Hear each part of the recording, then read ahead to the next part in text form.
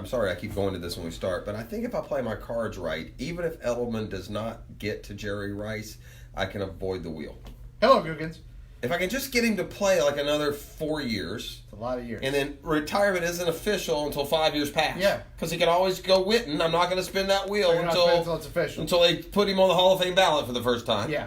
And then I'll have to pay. And really by then, I don't want to be morbid. Dan could pass. It's true. I mean, he's an older guy. I mean, really, any of us could go. Well, that's true, at too. any moment. That's true, too. Mike, could you Google quickly an age on Julian Edelman? I want to say he's 36. I don't think he's 36. I think it's like 33. Yeah. 33? Yeah. He's definitely no spring chicken. He's too old. The true answer is 34. So, yeah, I need Brady to stay and play another 2 years, and for the Patriots to remember they're the Patriots and not just some flunky team that loses to the Titans at home in the playoffs. Yeah, that wasn't great for the dime bag. I was correct. He's 33. 33 years old. So Jeff's referencing the dime bet he has with Dan that Julian Edelman will break. And what does he have? 115 I think catches he now? had 118. I think he had 3 in the game. I mean, that's still, honestly, if Brady, that's still very doable. I mean, doable. all it takes is one run to the Super Bowl, Right. and he'll probably get like 15 of those catches. Like a couple deep runs where Brady deacons. Or one game where he goes stupid 11 for 120. Sure, that helps. That always helps. Well, we'll see. Now I got to root for the Patriots. Well, the big talker today is the Jags are one step closer to the playoffs because they're going to allow one more team in, it looks the like. schedule helps. And that's going to start this year, by the way. Yeah, that's I'm not beating around the bush. Do CBA. The CBA, which we heard so much concern, and we saw so much hand-wringing about whether or not these two were going to get together. And, there was the narrative that, the players, DeMar Smith was telling his guys to save their money, to expect to not have a paycheck for a year. Early on, there was a lot of doom and gloom, especially from the player side of things. And then the players started softening their rhetoric as the last couple weeks rolled on. And the owners were all very confident. So it's not surprising that, as Roger Goodell said, he said he was confident this would be done by March. And it looks like that's on the money, that it's going to get done next week. And we're going to have a 17-game regular season. We're going to have a 3-game preseason. And we're going to have 14 playoff teams. The extra game, there's still some stuff that's got to be worked out. What do you do with the extra game? Do you, how do you maintain the fairness of an equitable schedule? Yeah. You can't have one team with 9 home games and another with 8. Right. Or maybe you do. You just have to do it by division. In other words, one year the AFC South gets 8 home games. The next year the AFC South gets 9. Yeah.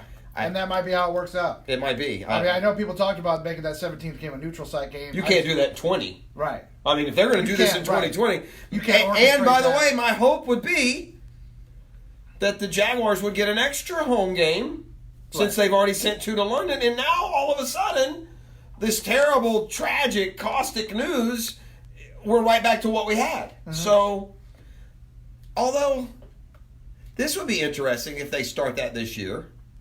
Where does the 17th opponent come from? Yeah, that's a good question. Because they have a good formula. It's all set in stone. Like you play your division, that's 8. Right. You play another division in your conference, or no, that's 6. Another division in your conference is 4. Another division out of conference is 4. Is another 4. And so then the that gets you to 14. The other 3 divisions. Right. If you finish third, you play the 2/3. So how do you get that last spot? Yeah, you probably play a same place finisher from the other conference. Yeah, they do it on a rotation. Right? Yeah, you would just every year. One of the other 2 divisions, you'll play the same place.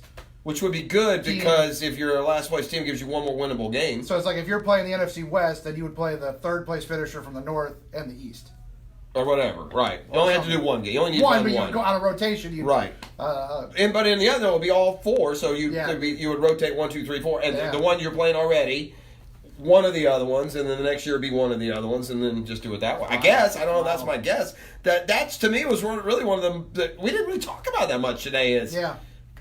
From a scheduling standpoint, just from the business end of it, to implement all these changes in 2020 is going to take a little bit. I'm just excited for 2 triple headers on a wild card weekend. That'd be fun. Awesome, man. I'm wondering what are we doing? Are we talking about starting a game on Saturday night at 10 o'clock? I don't know. Or whenever they start. Yeah, because Saturday used to be the late tilts. But they would still they'll play at 8. Right. Yeah, we go like 4:30 and 8 o'clock. Maybe they'll do a 1, 4, and an 8. And then I guess they will. They just did 4, right? They just did 4 and 8. Sunday they'll do like a noon, 3, and a 6. Yeah, 1, 4:30, and 8. I guess we'll do something like that. And then on Sunday, same thing. 1, 4:30, and 8. Thumbs all the way up on this guy. I don't see. Again, I said this morning. Inevitably, the antis will start. Well, this is just agreed play. What about safety? Well, they're already playing. This safety thing is just silly. You go out, your safety is up in the air if you play one NFL game. Right. So, right. And most, for the good of the overall, most players aren't in physical peril every snap. They are a couple times a game. I mean, right? There's certain positions on a football field. What just happened? My guy, Is that E.T. Nathan screaming? No, that's Emmanuel. Oh. He is on top of being a fantastic producer for Jaguars today. He is a certified mood expert and hype man.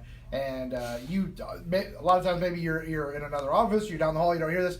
Every day at the start of Jaguars today, he screams like a madman to get them hyped up just before they go on the air.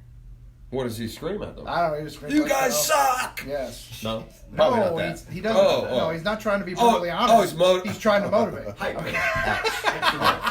The second half of the NBA season starts today. Your Chicago Bulls are really within, hanging. Intern Chappie over here is a Magic fan, and you're within a couple, 3 games. Would you at this point rather be a playoff team or rather enter the lottery? Look, understanding that your lottery pick's going to be like 9th. Right. Look, at this stage, we've been picking 7th forever. You've always rather be in the playoffs. I would. Yeah. I mean, I don't How think close are you? Are you close enough that you're rooting close for it enough and if they got hot, they could probably fight their way in. I think they're not a very good 4 games back, and always about what, 25 games like left 25, maybe? 28 games. They're not a very good team, and they would get obliterated by Milwaukee. But getting in is always better than not getting in. Yeah. Especially like you said, when you're at that end of the lottery, it's not like you're going to surprise everyone and jump up and get. Are the Magic over 500? No. No. They're 24 and 31. No, I think the 8th seed right now is like 6 under 500. Yeah. And see, when I thought the Hawks could be a playoff team, I was thinking because of that. Yeah. Now my team is, they've been a lot better the last 15 games. Right. They're getting the damage guys was done together. for them. Oh yeah, when we lost Collins all the time, and then Trae Young hurt his ankle, but we digress.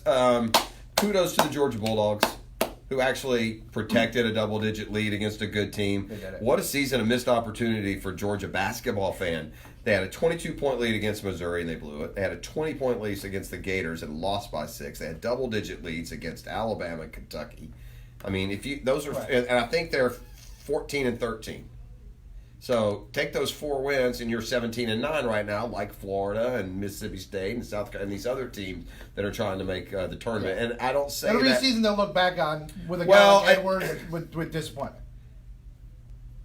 I guess I'm also saying don't be surprised when Georgia plays spoiler down the stretch here. They played good teams tough all year. They should have beaten Florida. They beat Auburn last night. That hurts Auburn.